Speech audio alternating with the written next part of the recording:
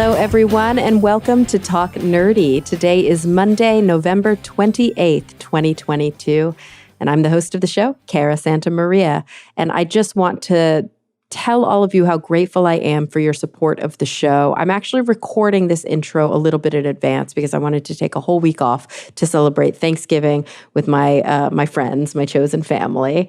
And so I wanted to get all of this work done up front so that you had a seamless listening experience. So because of that, I'm not going to give a direct shout out to any of my patrons this week because I'm not sure who exactly they'll be. But I do want to let everyone know that I am so very grateful for your support. I'm grateful for you listening to the show, sharing the show with your friends and family, rating and reviewing the show on Apple Podcasts or Google Podcasts or wherever you download it. And of course, I'm super grateful to the patrons who continue to support the show financially. It's because of you that we've been able to keep going strong now on episode 433. I can't even believe it.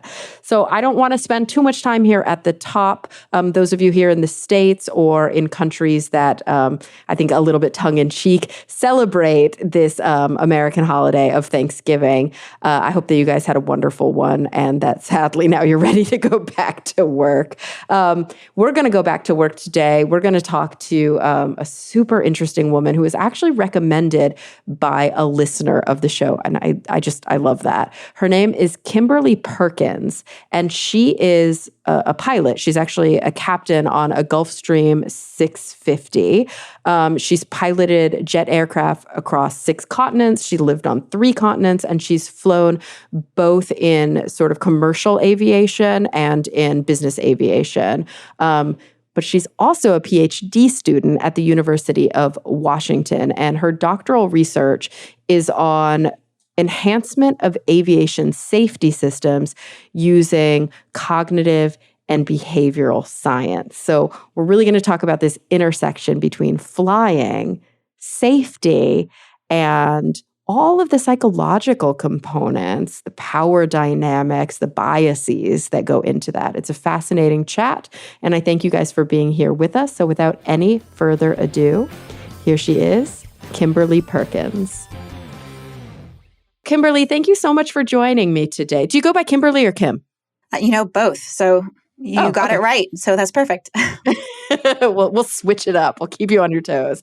I'm always so excited to be able to have conversations with individuals that were recommended by listeners because A, it reminds me that people are actually listening to the show and it's not just me talking to myself. And B, I know that this is what people want to hear. So someone, I don't know who, saw you give a presentation and was so interested in the research topics that you were discussing that they were like, you have to have her on the show. And I'm super interested too. So now here you are. Thank you. Well, thank you for having me and what an honor. So thank you to the guest that recommended me. I appreciate that.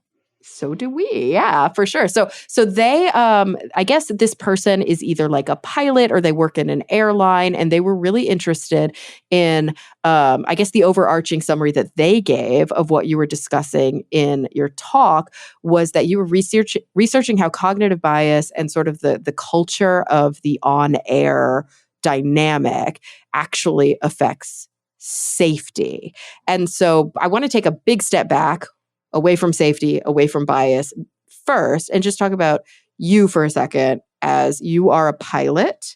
You are also a PhD student, but you were a pilot first, right?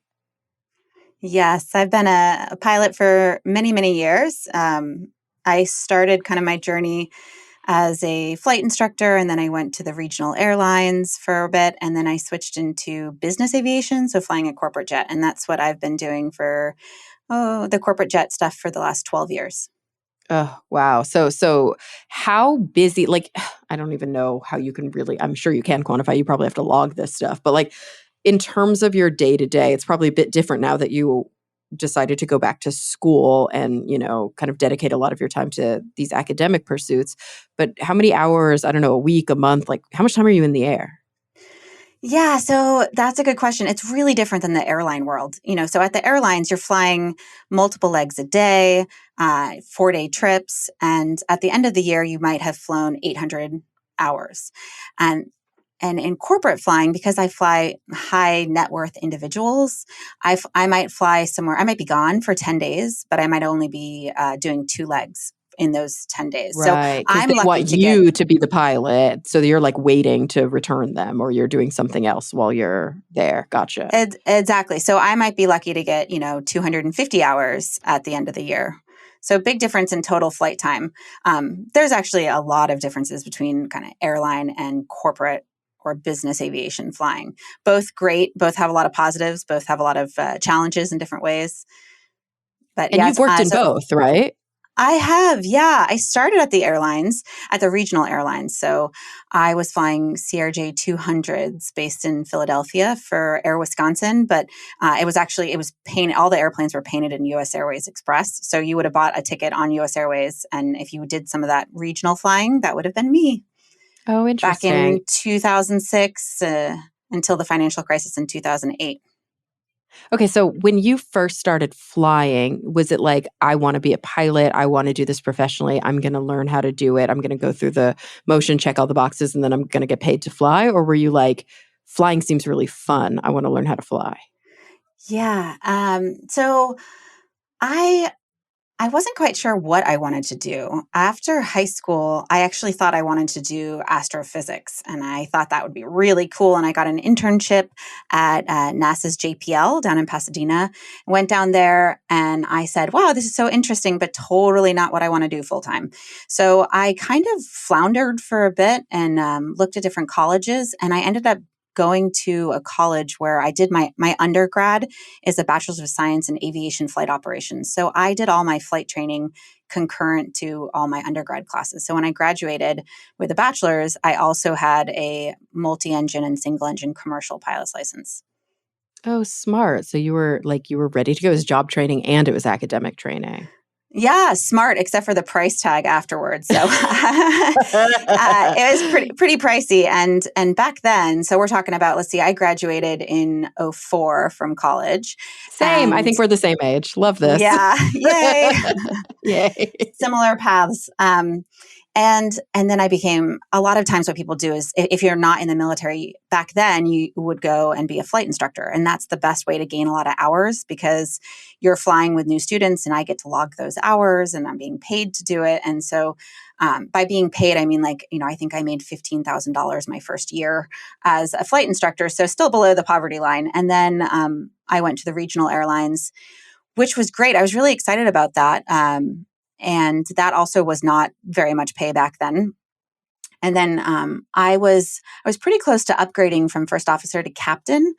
And then 2008 hit, that financial crisis, and then my airlines, like many other airlines, started furloughing. Now, I was senior enough as a first officer that I wasn't going to be furloughed, but my upgrade to captain kind of went from a matter of months to indefinitely never. And so I took a voluntary furlough and I switched to an international airline where I was based in Lagos, Nigeria. So I flew all around West Africa for a couple of years. Oh, very cool. Yeah, so that was very that was great. That is something that's wonderful to do in your 20s. And Mhm. and I traveled all over the world. I was based in Lagos and I lived there for 2 months, and then I would have 1 month off, and I did this for 2 years.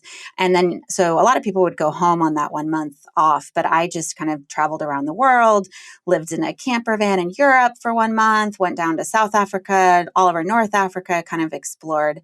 And then I really wanted to break into business aviation. So I applied for a job out of Kuala Lumpur, Malaysia, that I got. It was an aircraft registered in the United States. So they needed pilots who had the United States pilot's license.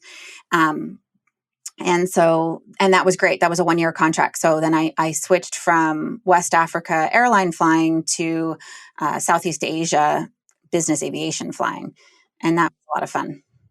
Wow, wow. And so at what point did you decide, I think I want to start to understand a little bit more from an academic perspective of what's going on both within and without the plane? Like I want to go back to school. Yeah. So it's a good question, because I'm not your typical PhD student, right? I'm a lot older, and I was I feel very fortunate, very privileged, successful in my career, doing well. And so I didn't do the PhD. I didn't start this PhD program to advance my career. I did it really because I was like, all right, I love this industry, but there are some issues.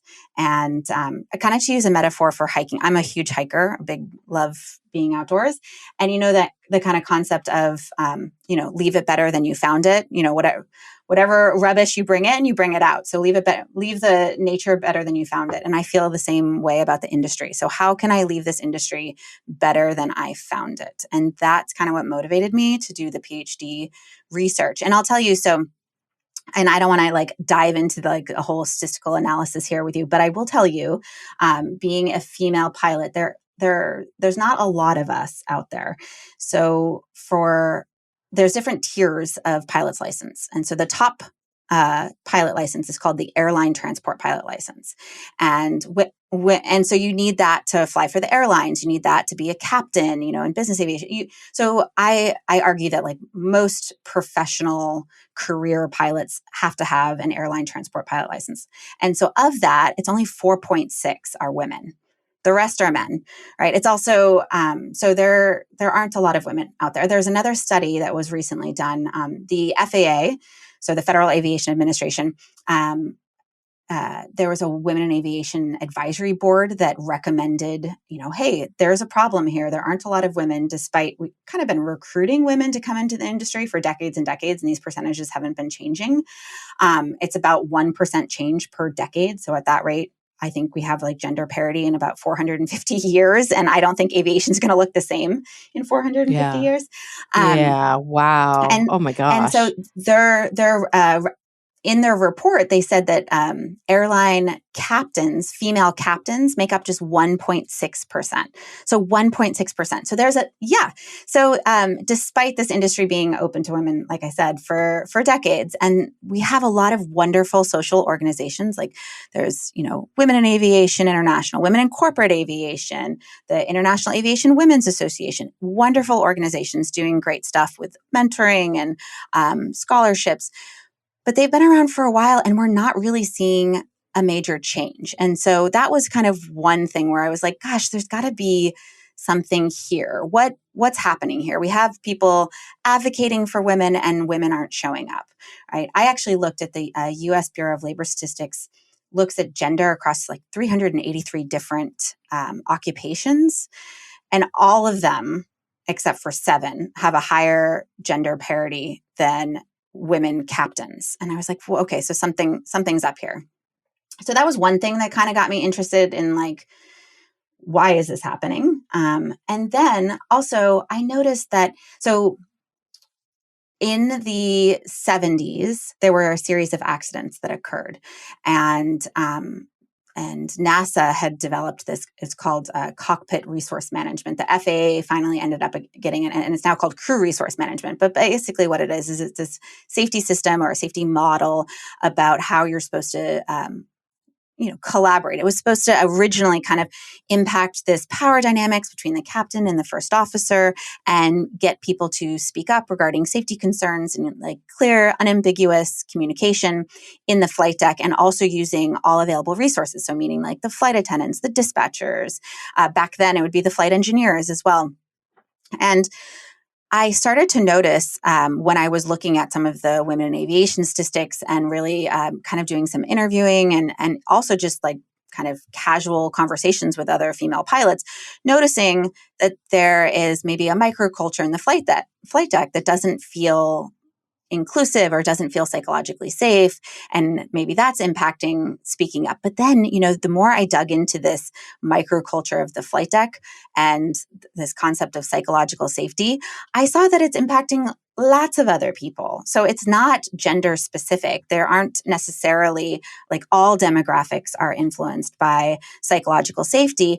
And these models, these systems that we rely on in the flight deck for speaking up, they start to lose their efficacy because we're not focusing on these interpersonal skills on how do we actually communicate to unique individuals, right? There's impersonal communication, which is easy. That's checklist reading. But how do we do this interpersonal communication, which happens all the time because you're stuck 18 inches away from this other person, sometimes for 10 hours at a time on these long haul flights. I totally detoured off your original question. I'm sorry. No, you didn't, because this is like actually the point of all of this, right? Like this is the meat, and this is what's so incredibly interesting. So ultimately, I'm curious, like obviously you're working towards a PhD. For those who have been lucky / unlucky, parentheses close parentheses, lucky enough to pursue a graduate degree that's like very research focused, then you know that there's like coursework and there's all this stuff that you have to do, but it all culminates in a dissertation. So what is your actual main sort of research question that you're focused on right now? Yeah. So as you mentioned, I'm a PhD student. So I still get that liberty of saying like, oh, I want to look at this and I want to research this. And how about that? And then as you know, because you're a PhD candidate, you start to like that slice of the pie that you want to research starts getting smaller and smaller and smaller until it's like so fine tuned and exactly what you want to look at. So the first kind of part that I was looking at is, does this impact of perception of getting along with the other pilot you're flying with, is this impacting your ability to speak up? So that was kind of the first thing that I was looking at. And I will specifically answer your question, but let me give you kind of like paint the story of how I got there. So there have been other academic researchers who looked at kind of power dynamics and power distance in the flight deck, right? And how in certain national cultures where there's a high power distance, then first officers are less likely to speak up regarding safety concerns, right? And that's great. That's really interesting. But I kind of wanted to look at more of just this perception of getting along, right? Okay. Do you get along with the other pilot? So strip away the institutional hierarchy here from captain versus first officer. Okay. Yeah. Okay. So when we're talking about this crew resource management, the safety model for speaking up, which all pilots globally are trained on this. This is kind of like the gold standard for training pilots on how to talk to each other. And so the first thing that I wanted to look at is so this clear, unambiguous communication. So we'll label that as safety voice. So that's speaking up regarding a safety concern. So safety voice would say, maybe let's say the captain's flying and the first officer looks at this thunderstorm right at 12 o'clock, right ahead, and says, hey, you have a thunderstorm 12 o'clock, which way do you want to turn, left or right? And that would be kind of an example of this clear, unambiguous communication. Okay. And actually, put a pin in that for a second, because I have a quick question for you. Sure. How many people, and maybe this is something we're taking for granted, because I honestly have no idea. How many people are first of all, the flight deck, is that the cockpit? Is that the same thing? And it is the same thing. Yes. Okay. And how many people are usually in there? 2. So it's always 2? So, not always. So, okay. So sometimes there's 3 for long haul flights. Sometimes you have on such a long flight, you might have 2 people up front, and then you have 2 other people who are in the back, and they'll come up and like a relief pilot. Occasionally there's 3 on majority of the flights. Oh, like a large majority, there's 2 people. So it's the captain and the first officer. And usually, so how it works. Thank you for making me rewind. So how it works. Yeah, no, of course. I'm like, because most people don't get to see through those thick doors. Like, we don't know what's up there. It's so funny because I'm like, everybody is a pilot. I just assume everybody already knows what I know. And so we all it's do funny this. Because yeah, totally. Right. I mean, I have my little lens of the world, and I just assume everybody, flies airplanes too. Right. This is a thing. Right. Totally. Yeah. So again, this is where like the corporate world and the airline world kind of diverge a little bit. But so I'm going to focus, kind of answer a lot of the work, because there's a lot more airline pilots than there are corporate pilots. So in the airline world, how it works is the captain will sit in the left seat and the first officer will sit in the right seat, and they'll trade off who does the flying. So the captain isn't always the one flying. And so you'll find a lot of pilots have a pet peeve of when they say, oh, the pilot and the co-pilot. It's like, okay, well, everybody's a pilot. We're all flying the airplane at different times, right? But it's so captain and first officer. And so there's this institutional hierarchy, right? So the captain has more institutional power than the first officer in the right seat. And so crew resource management is meant to kind of lower that the power dynamics so that first officers they're compelled to speak up regarding safety concerns, right? And so this is that activating safety voice. So kind of circling back to what I was saying, there's this expectation that they're going to speak up, right? That's what you would want. You have two people up there, and if the captain's doing something that might seem questionable, the first officer is fully capable of taking controls and flying the airplane and making decisions, right? A lot of times, especially now because it's such a pilot shortage, the only difference between who's in the captain and who's a first officer might not even be experience. It might be who's been at the airline longer, because it's all kind of based on who's been at. So somebody could be a captain at, let's say, United for 20 years. And if they decide, oh gosh, I want to move my family to Atlanta, so I'm going to go to Delta, and they decide to go to Delta, they lose that captain position and they become a first officer at Delta, right? So even though they have more institutional experience, they don't have as much experience at that one airline. Right. And yeah, so a lot of times it's based on how long you've been at that particular airline. But so my research was looking at, okay, so we have this expectation, this crew resource management. And then eventually there was another model that came out in the 90s called threat and error management. It was kind of integrated in with crew resource management. And so it's this expectation that we're going to identify threats, and we're going to, mitigate some of the human error by trapping it and putting these models in place. And it has this expectation that the microculture of the flight deck is this kind of inclusive environment where everybody feels comfortable speaking up. And what I found, so my first research question was, well, is this happening? Right. That seems like a kind of a big assumption, no? It's a huge assumption. It's a total huge assumption. And I mean, I don't think you'll be shocked to know that, when people don't get along in the flight deck, we start to see this transition from activating safety voice to what we would call muted safety voice. So now they might be speaking up, but in a kind of like hushed, or maybe they'll ask a question. So it's not this clear, unambiguous communication anymore. It's muted. Right. And then in like even worse situation is the safety silence. So this is where pilots might feel so uncomfortable to speak up, or they want to save face, or whatnot, that they're sitting on safety sensitive information and they're not speaking up at all. And so that's originally kind of what my research was looking at, is how is this microculture? Because let me also tell you.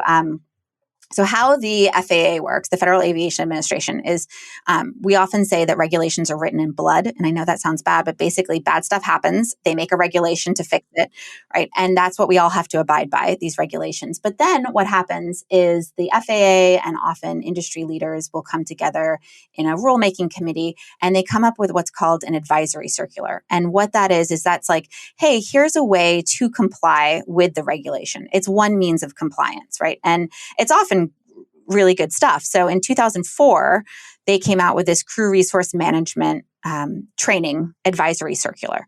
And I went through it, and there's really great stuff in there. There's stuff that would, really impact the interpersonal skills of pilots. For example, there's stuff in there about external influences on interpersonal communication, and definitions of and or solutions for interpersonal communication barriers such as rank, age, and gender. These are things that the FAA suggested pilots train. And I thought, wow, there's like a lot of really good stuff in here. So now my second research question was like, are pilots being trained on this? Like, do pilots think that they're being trained on these interpersonal skills? And so I did kind of an industry benchmarking, and I went out and asked pilots who were flying for air carriers here in the United States, which if you're flying for an air carrier in the US, it's mandated by the FAA that you do crew resource management training. So I used the verbiage from the advisory circular and just said, hey, have you been trained on these things? I was shocked to find that like some of these topics, 48% of the pilots said, yeah, I've done that. 56% said that they've done training around remaining calm under stressful conditions, right? So there was like a huge training gap. And what I did is I looked at 15 different facets from the advisory circular that came out 18 years ago. And then I quantified the number of pilots who had said that they had received this training, first to kind of identify, okay, there's a training gap here. So we said, like, it's kind of that it's built on a big assumption, yes, but the FAA offered guidance on here's what you could be training to create an inclusive environment. And then I said, okay, well, let's see, is this actually being trained? And I found that it's kind of not being trained. So it was guidance, but it wasn't like it was a recommendation, not a requirement. Yeah, unfortunately, that's how it's set up. So the requirement is that you have to do crew resource management training. So I could be at one airline and have we're going to call it CRM. So the whole industry calls it CRM, crew resource management. So one airline might have CRM training that teaches a particular skill set. It's kind of based on who developed the CRM training module. And then I go to a different airline and I do a different type of CRM training. Now, the FAA has to kind of sign you off saying, yep, you have a CRM training program, but it doesn't mean you have to cover all of their suggested recommendations. So one, I was trying to look at, like, measure, is there a training gap?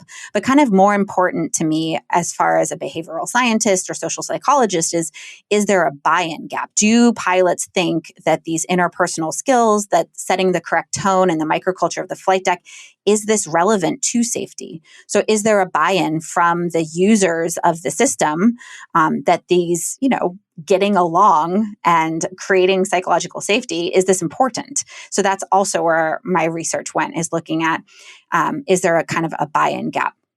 So I was telling you about how, sorry, go ahead.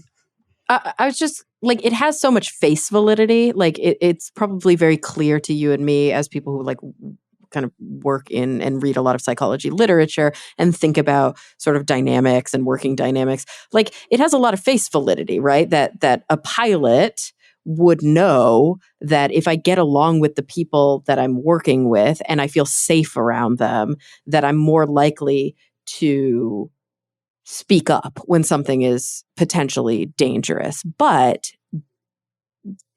does that only have face validity from the outside? Are you starting to see that pilots themselves feel, I don't know if you can give away any of the research that you've already started to collect, but that pilots themselves do feel that way? Or do you find like a gap, like that they are lacking buy-in? Yeah, so good question. I'm super happy to share some of this with you. Okay. There's a training gap, and there is a slight buy-in gap, and then that will lead me down the path of talking about, well, who doesn't think this is important? And before I dive into that, let me tell you, so I told you, the regulations are kind of written in blood, right? So we had crew resource management came out after a series of really bad accidents in the 70s. Well, there were a series of bad accidents that happened in the early 2000s, with Colgan kind of being the most popular one. And NTSB determined that there was a common denominator amongst all of these crashes. And now this is relatively recent, right? This is the early 2000s. And it was this unprofessional behavior.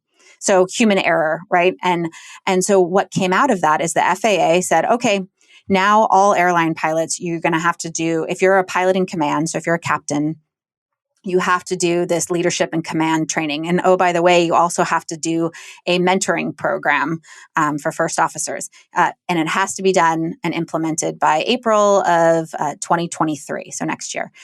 And again, unfortunately, it's not like they don't have enough teeth in the system because of how our government is set up to say, like, this is exactly how it has to look like. They just say, here's what you have to do. Go forth and do it, right? But the people who are designing this program, they're not behavioral scientists. They're not social psychologists, right? And so let me tell you some of the research that I did. So first and foremost, I think most pilots would say, okay, well, captains set the tone. Like in the flight deck, captains are the ones who are kind of setting the tone in the flight deck. And I wanted to say, because okay, they have more because they have the most senior, whatever you want to call it, they have the most power. Yeah. And you know what? The FAA says, hey, you're supposed to. The pilot in command, right. So the captains There's are a supposed reason to for set a the chain tone. of command. Yeah. Exactly. That makes sense. Yeah. But I wanted to say, like, okay, do we all think that? Is this just another assumption? Right. So Right. I asked 822 industry pilots, and I said, do you think first officers are compelled to adapt to the culture style established by the captain? Well, 93% said yes, either sometimes or all the time. So I think it's fair to say that is a huge majority that, yes, captains are setting the tone. So then I wanted to look at how are pilots shifting from this activating safety voice to muted safety voice to safety silence. And so I asked, hey, thinking about a time when you were a first officer or your current role as a first officer, has it ever happened to you? Or how many times on an average year have you hesitated at speaking up regarding safety because of this tone established by the captain? So we already know kind of overwhelmingly captains are setting the tone. So now that within this tone that they're setting, how is this impacting first officers' ability to activate safety voice? And what I was really surprised is 75% of first officers said, oh yeah, every year I hesitate speaking up regarding safety because of something that the captain did or said in the flight deck. So this microculture, this tone. Here's what's scarier. So I then kind of upped the severity to the safety silence. 57% of first officers said, oh yeah, I felt silenced after bringing up a safety concern. So like they tried to activate safety voice, and then because of the tone established by the captain, something that the captain did or said, they felt silenced. So they decided no longer to share their safety sensitive information. So they went to, so this whole model was kind of built on the assumption that the flight deck is an inclusive environment, right? And we're really relying on these models because human error, we're never going to eradicate human error, as we know, but we can put these models and systems in place to mitigate some of the harmful impacts of human error. But we're still seeing, so in 2007, the FAA came out with this white paper and basically said that of all the airplane accidents, 60 to 80% of them are caused because of human error. So it's not mechanical error per se that overwhelmingly causing airplanes to crash, it's human error. And so, but yet we have these systems almost every decade since the 70s, we saw like a new aviation safety model put into place. We had aeronautical decision making and we had safety management system, which is more organizational safety. But my point here is that some of these systems are built on the assumption that there's this psychological safety. And I feel like that's an important term to talk about. Some people think like, oh, it's a new trendy term, and it's not. It's been around since the 60s. But as you know, it became really popular in 1999 with Dr. Amy Edmondson, who was looking at the medical industry. And she defined psychological safety as this team condition that is like safe for interpersonal risk taking. So meaning you're able to admit your mistakes, ask for help, right? Learn from failure. So that's the concept of psychological safety. And that's what you need in the flight deck. And so CRM was built on this assumption of psychological safety.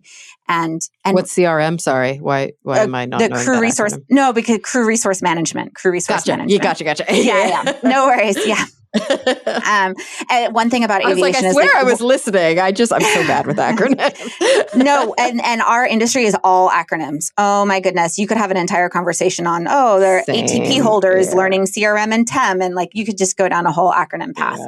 Yeah. So it's clinical psychology. It's the worst. It's like, I have no idea what anybody's ever talking about. Okay. So crew management safety, it's all sort of like based on these assumptions, and these assumptions, it turns out, are not holding a lot of water. Yeah. So I've found that, there is a training gap, right? And then and I wanted to also I wanted to look at how is just the perception of getting along. So removing the hierarchy.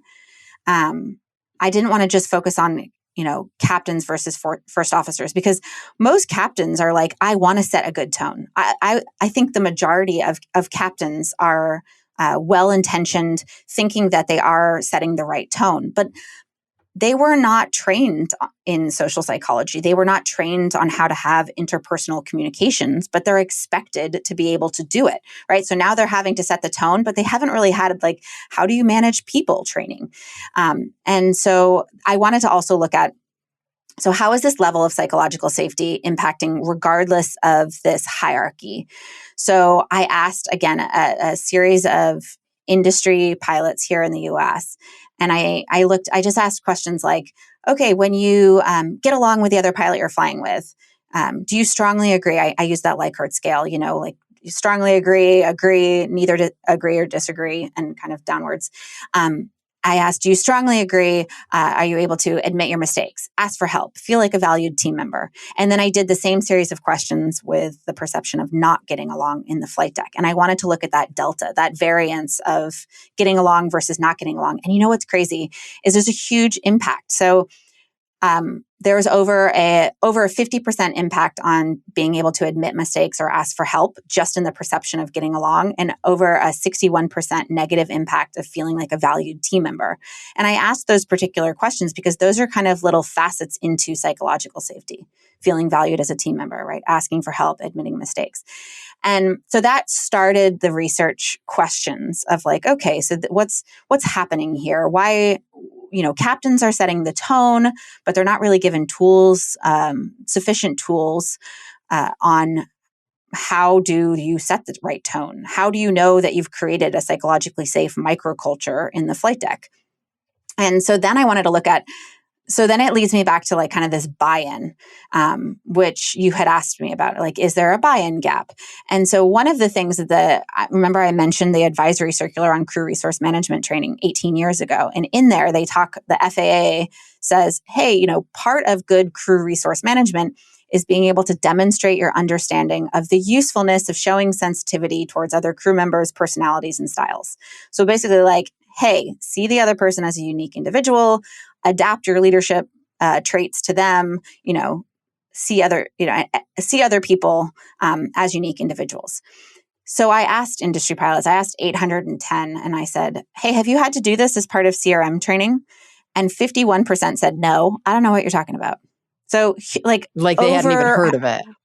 Right. They're like, nope, haven't had to do that. So that measures potentially a training gap. But then I wanted to measure, okay, well, do people think this is important? And so I said, well, in your opinion, would safety be enhanced if you had to do this? Right. Again, remember, I'm using the exact verbiage from the FAA. So the FAA already said, hey, this is important for safety. And so then I just asked pilots, hey, do you think this is important for safety? And 85% said yes or maybe. I think it was like, I don't have the stats right in front of me, but I think it was like, 50% said yes. And, wait, you're telling me all of these findings from memory? I'm so impressed right now. I've given a lot of presentations recently, so I'm sorry if I'm in presentation mode. It's incredible. I'm like, how do you know this off the top of your head? All right, sorry. Anyway, well, it's it's when it's your own research, it's easier to memorize all of these stats. True. Because you're the one who had to analyze all the data. But so basically, like most people get it intuitively. They're like, yeah, that's important.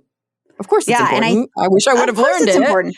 Right. And that's what I mean. I think there's already a really high buy-in. There's just not enough training around these the tools on developing a psychologically safe microculture. And how could there be? Because the people who are developing the CRM training programs are not behavioral scientists. They're not social psychologists. They haven't been given the tools for like, how do you really train this? But I did want to look at so 15% said, nah, I don't need this. I'm good. I don't need this sensitivity training. I don't need the interpersonal skills. So right. And here's where it gets kind of interesting is I started thinking, okay, well, who says, nah, I'm good. I don't need this. And I was really looking at power. And there's so many different definitions for power, but I like the one from Dolly Chug's book where she talks about power is just having any control over outcomes or resources. And so I wanted to look at, okay, who has institutional power and who has social power. So institutional power, we kind of already talked about that hierarchy, captain and first officer. So I wanted to use that as a variable for who says, nah, I'm good. I don't need this interpersonal skills stuff. And then for social power, remember I mentioned to you that the demographics on gender, where it's, about 95% male and maybe 5% women. That's something that sort of, I feel like we need to really dig into and specify here, because a lot of this data up to this point that you've been talking about has to do with psychological safety, has to do with comfort, has to do with, am I trained in these areas? Is this something that I think matters? And it's been, I mean, tell me if I'm wrong, but it sounds like it's been agnostic of intersectionality. Like we're just asking all people in the flight deck how they feel about this. But of course, race, gender, socioeconomic status, language, of origin, like these things are going to be like intervening variables. How could they not be? Right. Yeah, absolutely. Gosh, we could have an entire podcast just diving into that. But let me tell you, Right. when I looked at who said, "Nah, I'm good on the culture stuff," Were I they looked at cishet men? Were they white, straight men? well, I'll tell you that captains were more likely than first officers to say we don't need this, and men Love it. were Jeez. yeah, and men were more than double than women saying, "Nah, we don't need this." So it's those who hold the power, right? Whether it's institutional power or social power. Those in power tend to have a harder time seeing the importance of this interpersonal skills. Which And again, it's those who need it the most who think they yeah, don't need it. right. Ugh, Exactly. that's so And frustrating. here's what's really kind of I don't want to say scary, but here's something that I think is important to recognize is there is a massive pilot shortage, right? And so there's all these wonderful programs out there to get people into the industry and to diversify, right? United Airlines has awesome goals about their Aviate program, which is a pilot training program, really focusing on diversity. And I think it's awesome. I think it's so great. But when we shift the massive demographics, like right now, if you look at airline transport pilot license holders, I told you it's 95% men, but I didn't tell you it's 94% white. So, Oh so no. there is a very strong, and you know how many LGBTQ plus people we have? We don't know because nobody asked. It's not something the FAA records right now, unfortunately. And even if they did ask, I would be concerned about how safe some people would feel to answer honestly. Yeah. Like Yeah. even among those white men, how many of those like white men are gay white men? Like they may not even feel safe to say. Right. And here's the thing that hasn't gone over really well, I don't think, is when we do traditional like bias training or bias literacy. Unfortunately, the world has created a lot of bias training now, right? It's been a hot topic, and I think it's important, but it's done in a way where we talk about power and privilege, and we tend to create this like them versus us. And I really don't think that is productive. I think that cisgendered, straight, white men can also feel low psychological safety in the flight deck, right? So I'm not trying to create an us versus them scenario. And so I think we would be better of like modeling inclusivity as we train how to be inclusive, right? By bringing everybody to the table. And so that's one of the big things that I've been trying to do. And so that's kind of what some of my research, my latest research has been about is like, how can we talk about bias literacy, psychological safety, interpersonal communication in a way that feels really safe to those that might not think this is important, right? How can we reach them? And so talking about these concepts through a safety framework, because as pilots, we focus, I mean, what is number one in aviation? Safety.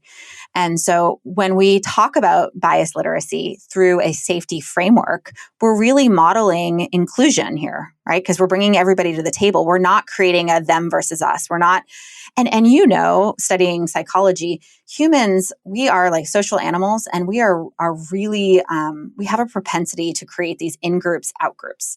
And part of this bias literacy that I was training pilots on is talking about in group and out group. And it's really arbitrary who we put in our in group, right? It can, in when we're talking about the flight deck, it could be military versus not military. It could be, dog people, cat people. It could be sports fans, not sports fan. But sometimes it can be across gender, race, ethnicity, sexual orientation, right? It can be across these other kind of heavier lines. And Well, and I as guess you the know, worrisome thing too is that like there are these, I don't want to call them arbitrary because you're right. When you're talking about the dynamics of a dyad or a triad, there are all sorts of places where people can find common ground, and there are all sorts of places where people can say, you're too different from me to get along. Religion, you mentioned a lot of them. But unfortunately, number one, there's some things that are expressive that you can't hide because it's like your skin color or like your gender. Like it's that's how you present to the world. And then there's this question that I think is so important here, which is like, if only 5% of you or 1% of you are women, are you ever going to be able to get around feeling safe, like fully safe, simply because you're never, ever, or you're so rarely going to find yourself in a situation where there are others like you making up the dyad or the triad? Right. Yeah. And that's a good point. And it's funny because I'm a mixed method researcher. So I have a lot of quantitative data, but I also have a lot of qualitative. And in the qualitative work, one of the things that kept kind of reoccurring were female pilots saying, I'm a pilot first and a woman second. Mm-hmm. And Yeah. But how much of that is like protective? Also 100%. like, and yeah. let's be honest, I mean, stereotype threat. The other problem is I'll tell you, I mean, I have a lot of my own personal stories, but I have even just recently, I just did a flight where I flew with a guy. I mean, I'm talking about like 3 days ago, and I was the first female pilot he's ever flown with, and this happens Wow. often. And also when I You was at mean the like airlines. you mean like you were flying around like a rich dude, like somebody hired you and he was like, wow, you're the first chick who's ever been behind the wheel.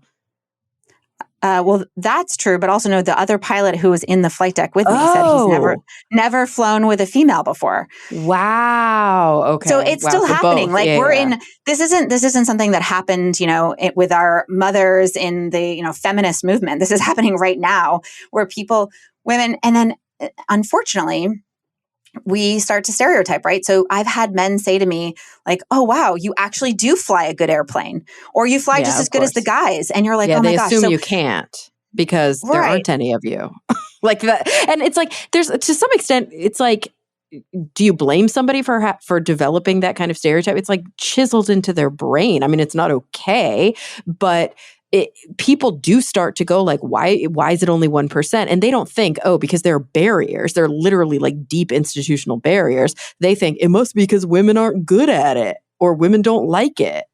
Like Or yeah, that's like the women. faster place for them to go psychologically, which is so Oh, sad.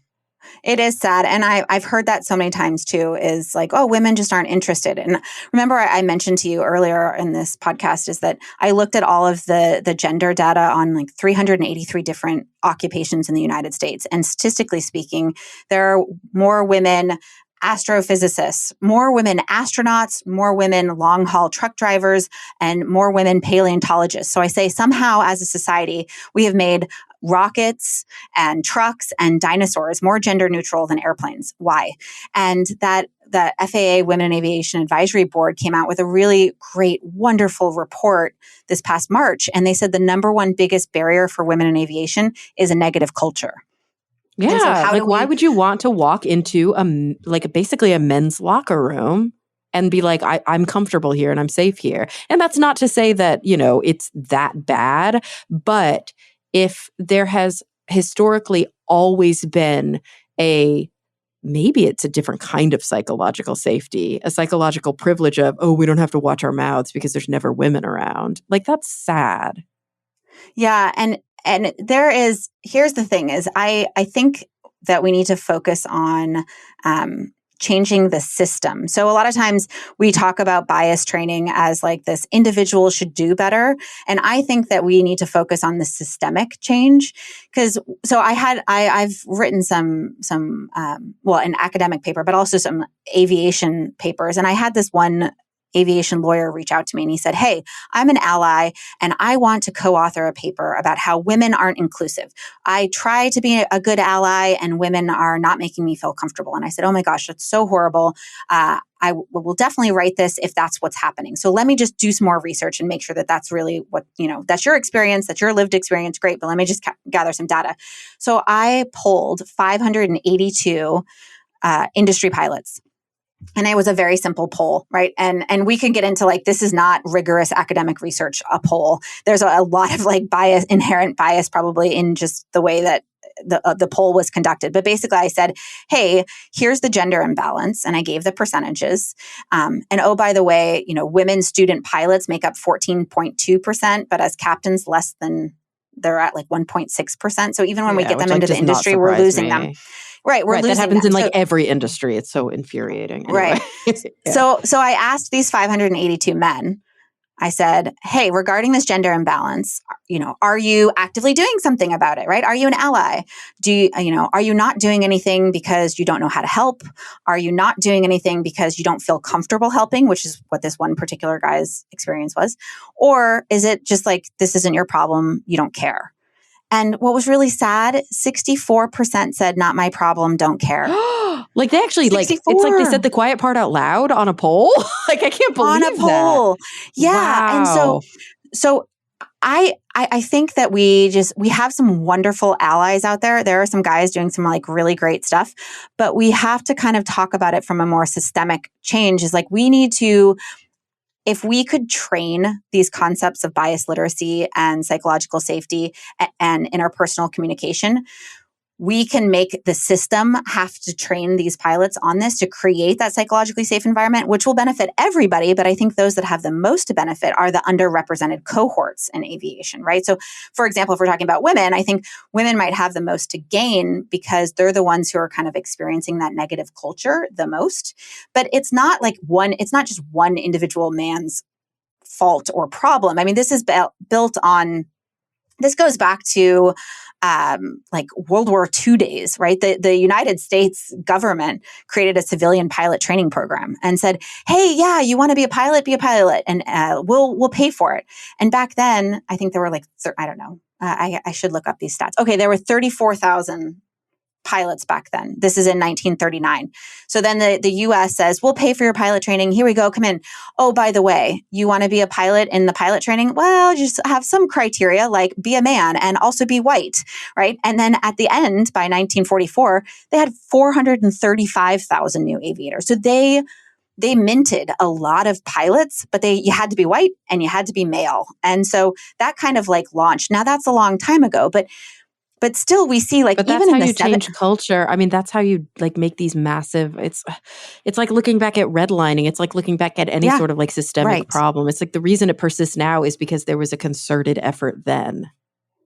Yeah. Oh, absolutely. And then we've like seen academic research. Like I saw aviation academic research looking at, well, what makes a good pilot? No joke, in the 70s, I was reading some kind of when crew resource management first came out, I was looking at some of the academic research around pilot traits and characteristics, right? And it actually it painted these male pilots as like these adventure-seeking exhibitionists, and it was just like laden with egotistical typecasts. In the academic paper, it actually talked about the phallic male, and that's how to be a good pilot. That's the term they used? Jeez. Phallic, yeah, right? I was like, oh, this has to go in my dissertation. Of dickishness. Yeah, that's so insane. And so I have to get that in my dissertation. I have to be able to write phallic somehow. And so, but then it was like, oh, well, women have to adopt this. And then you see it in the original Top Gun, right? What was the original people loved that movie, but it was this like type A, tough personality. And then we started to see research around, well, wait a second, what can women bring to the table? And we started to see things like, well, women are better collaborators and they're better communicators. And then there was academic research looking at the human errors across gender lines. So like, do female pilots make different errors or worse errors than male pilots? And I think all of that, honestly, if I'm just going to be totally honest, and here's my swear word for the day, is total bullshit. Because as soon as we start making human error and pilot error and safety around gender, we've just kind of created that them versus us. I don't think it's helpful or productive to create these masculine, feminine defaults and looking at how like white men are the default and how does everybody else, adapt or adjust differently around them. I think we need to say, if everything else is non-normative, then it's going to like by definition come across as pathological. Like that's when you build the system and then you go, why aren't you acting like you're within the system? You're wrong. I mean, come on, like this is the definition of bias. Absolutely. And I think it's way more productive to say, look, forget about like gender traits and characteristics or defaults that we assign to a specific gender. Because first of all, a lot of the gender discussion is very binary, and I don't want to pigeonhole people into that either. But the FAA asks, are you male or are you female, unfortunately. So we have a lot of ground to break on that regard. But I think it's more important to say, okay, look, so the flight deck is a socio-technical system, meaning there's a social aspect of the people that operate, but it's inside this technology. The characteristics needed for that is good communication, collaboration, good decision-making, creating psychological safety. It doesn't have to be, these traits don't have to be assigned to a gender. But unfortunately, a lot of academic research in the past has done that. And as a society, we've done that, right? Oh, guys make better decisions. They're faster decisions, but women are better communicators. They're more nurturing. I don't think that's productive or healthy. I think we can say— It's also completely constructed. Yeah, It's like completely 100%. culturally bound and completely constructed. And what it reinforces something that I was just working with some of my supervisees the other day, and one of them brought up a talk or something that she had been watching about stereotype threat, and she was kind of talking about being a Black woman, a Black kind of non how would you put this? Just like non-conforming Black woman. And she was saying that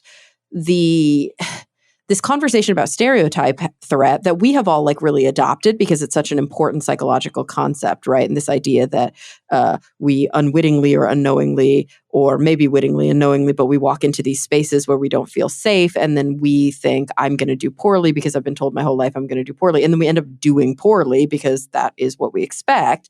And she was saying, I actually think that we've been conceptualizing stereotype threat incorrectly because we talk about it as if it's invented. We talk about it as if it's like this mentality that we have, but it's not. There is a real threat. Like if I walk into a space that was never built for me, I am going to feel like I'm not good enough because Right. And because that's I some of don't that fit self-fulfilling here. prophecy. Yeah. Yeah, it's like this space.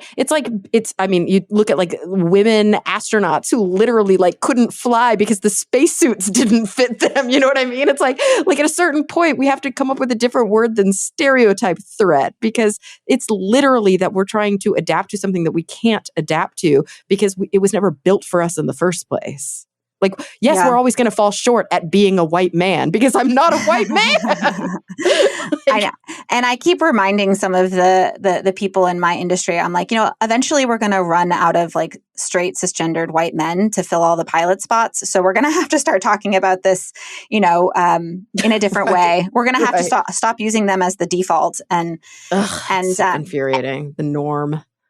It is. And also, I think it's important to point out that, like, I don't think that there's no like malice or ill intent, right? If people, bias is super normal as humans, we have tons of bias. But I think it's important to remember that this bias manifests not just cognitively, it's not just with our thoughts, right? But it impacts our affect, how we feel, but also our behavior. And so even if somebody harbors a little bit of like, some stereotyping or naive realism, whatever, fundamental attribution error, you can pick any of these things. It might influence our behavior with the other person. And so that is very relevant to safety. If we're building models, safety models around this intergroup and intragroup dynamics, we should be focusing more from a social psychology standpoint of, these biases and how they're manifesting. Agree.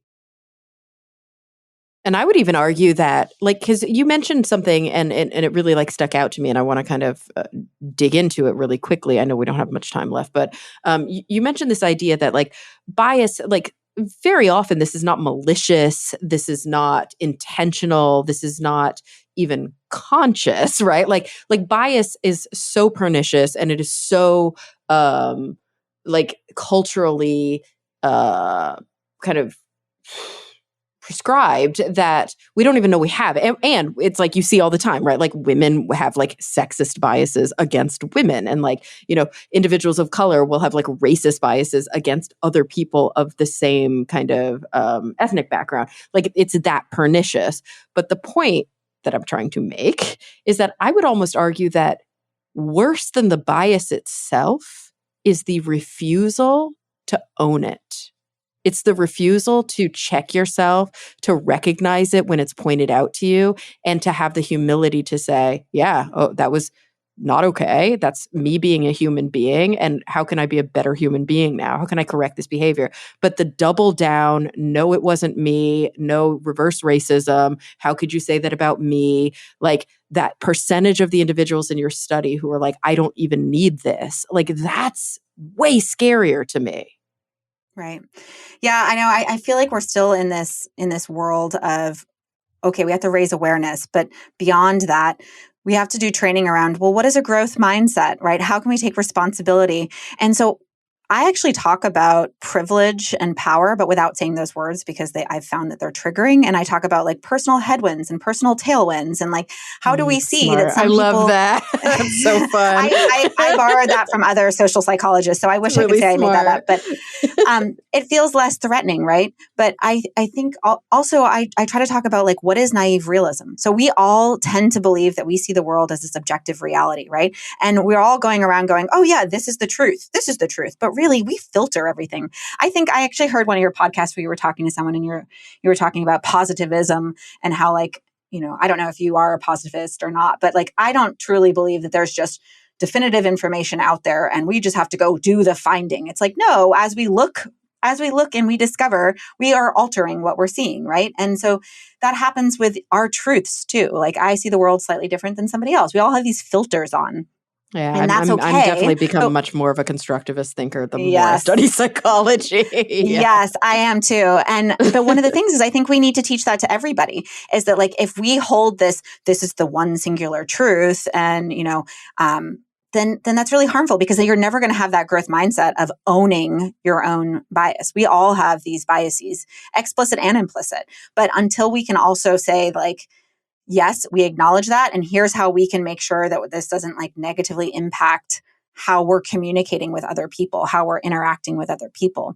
And I want to do that from a systems level, right? I keep going back to the systems level. I want pilot expectation for this behaviorism. Because remember like back in the day, early social psychology was like, oh, if you want to change people's behavior, you have to impact their attitudes and their beliefs. Well, now it's like, well, we can actually impact their behavior and make that the norm. And then eventually that might impact their attitude and their values. And so I want to make the behavior, the expectation for pilots to be able to operate in a crew environment is with this understanding of bias literacy, of psychological safety, of interpersonal communication. So making a systemic change. And then hopefully maybe we'll reach their attitude, their individual, this I frame, the individual attitudes and values eventually. But first I'm going to focus on the systems change. I think it's smart, and I think it's I can't think of words today. It's sort of like you're focusing on efficacy, right? Like change the behavior first, maybe hopefully some of the attitudes because we're talking about like a systems level approach, maybe hopefully some of the attitudes at the individual level will change. There's always going to be those holdouts, there's always going to be those generational issues, and sorry, like those people are going to retire, they're going to die, like that's going to eventually happen too. And if the system itself is robust enough that the new trainees who are coming in are getting these perspectives offered to them early on, and they're getting molded within this model, that you're going to see slow, steady generational change instead of just trying to like convince a bunch of like old dudes with their heels dug in that they need to like use like proper pronouns. Like that might not be the way to go about it. You know what I mean? Like those people may never get it, but if they're forced to do the trainings and now the new cohort who comes in is getting all of that training and they're starting to just think in a slightly different way, I think we are going to see systemic change. Yeah, I think we have to, because even remember I mentioned earlier too about how the FAA is requiring this mentoring. And I've had kind of like well-seasoned, experienced pilots with a lot of flight time, been at the airline for a long time. They say, hey, I want to mentor the incoming millennials, but they have their hand up. They don't want to be mentored. It's their problem. I try to mentor, but they don't allow it, right? They're entitled, whatever, fill in the blank stereotype. And then I talk to the incoming millennials, right? The so-called, I don't want to be mentored. And they say, no, I would love to be mentored. I would love to be mentored, but I don't want it to be done in a patronizing way. So please talk to me differently. And so we're talking about like, everybody is coming with like the really good intent, right? But they're just having a hard time seeing that good intent from the other person. And it's because we see these things through our own biases, our own filters. And because we don't have the tool, pilots haven't really been given the social psychology, behavioral scientist tools on how do we break through our own personal biases to see these other people, to see where they're coming from. How do we do that? And that's why I think we need that systems change. So we're absolutely going to need that in our industry. Oh, for it's safety so purposes. important. Yeah. I mean, it's like the downstream effects are so important, right? They're important for the psychological health, obviously, of all of the individuals involved and of the industry as a whole. But they're like, arguably, what's more important is the lives of the consumers whose hands, or whose lives are in their hands. Like ultimately, it's not just about these people, it's about all of the people whose lives they are touching. And that is really the goal here.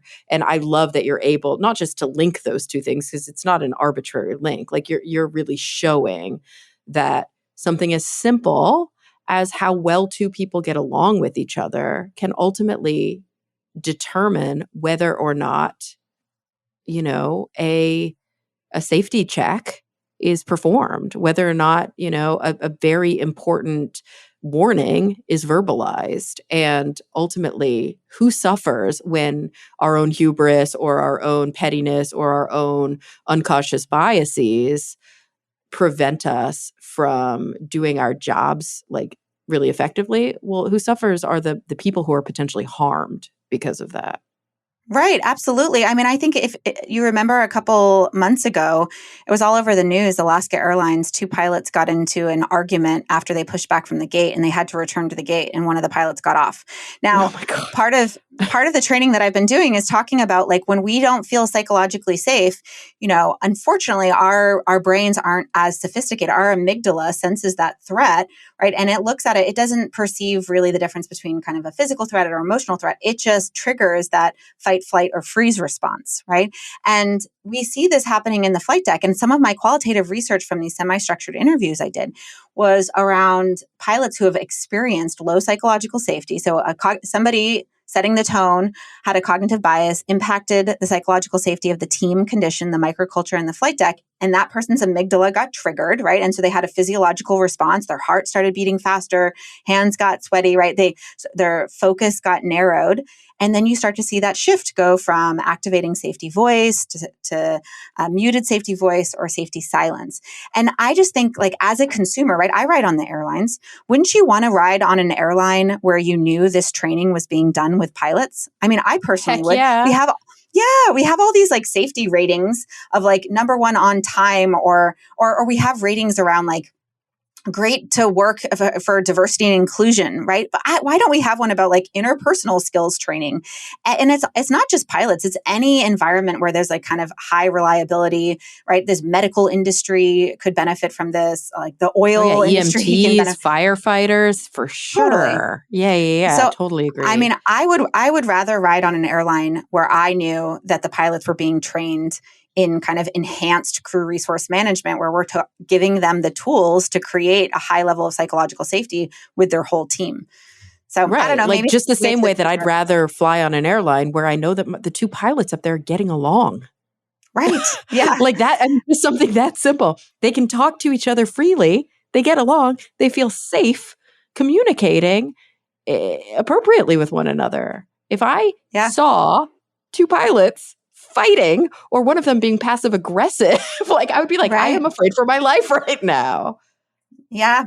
I mean, I feel like I should go back and say like on that, your listeners can Google the Alaska Airlines thing. I think it was the right decision that they went back. I mean, I wouldn't want 2 pilots who agree. Yeah. are it's just very triggered to be flying the airplane.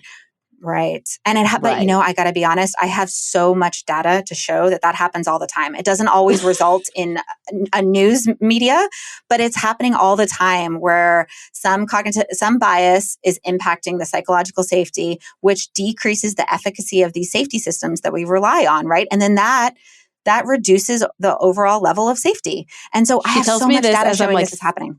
4 I know hours you're from going to go on boarding a flight. I'm so sorry. I'm so sorry. It'll be fine. It'll be fine. You have a So high Kimberly, probability that it'll be fine. I know. Luckily, I do not struggle with any sort of like flight anxiety. Luckily, Oh, good. so Kimberly, Me I feel like neither. we could talk for ages. I can't keep you any longer. A, because like you have a life, and B, because I am, like I said, going to be on a plane soon. But I do like end my shows really specifically with some kind of big picture questions. And I'm always like so curious when I have guests who come on from like wildly different perspectives, different backgrounds, different like academic endeavors, how they go about answering these questions. So I know it's going to feel a little bit like a hard left, but I would love to hear and I'm not sure, I think you've heard the show before. So just as a reminder, sort of the two big things when you think about the future. The first one being, what is the thing that keeps you up at night, that you're most concerned about, maybe even pessimistic or cynical about?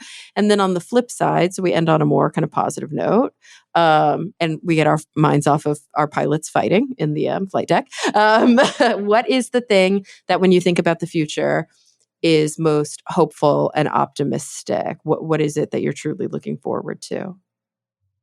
These are good questions. Should they be like within my industry specifically? No, not necessarily. They can be in whatever context you want. So it can be related to work, it can be personal, it can be like global, cosmic. It really doesn't matter. Just like kind of what comes to you right now in this moment. Yeah, I think sometimes I can get kind of cynical of the discussion we were talking about allyship and diversity and inclusion. And I see that a lot of people unfortunately feel threatened by this. And I get a little cynical of like, how do we navigate this zero sum game concept?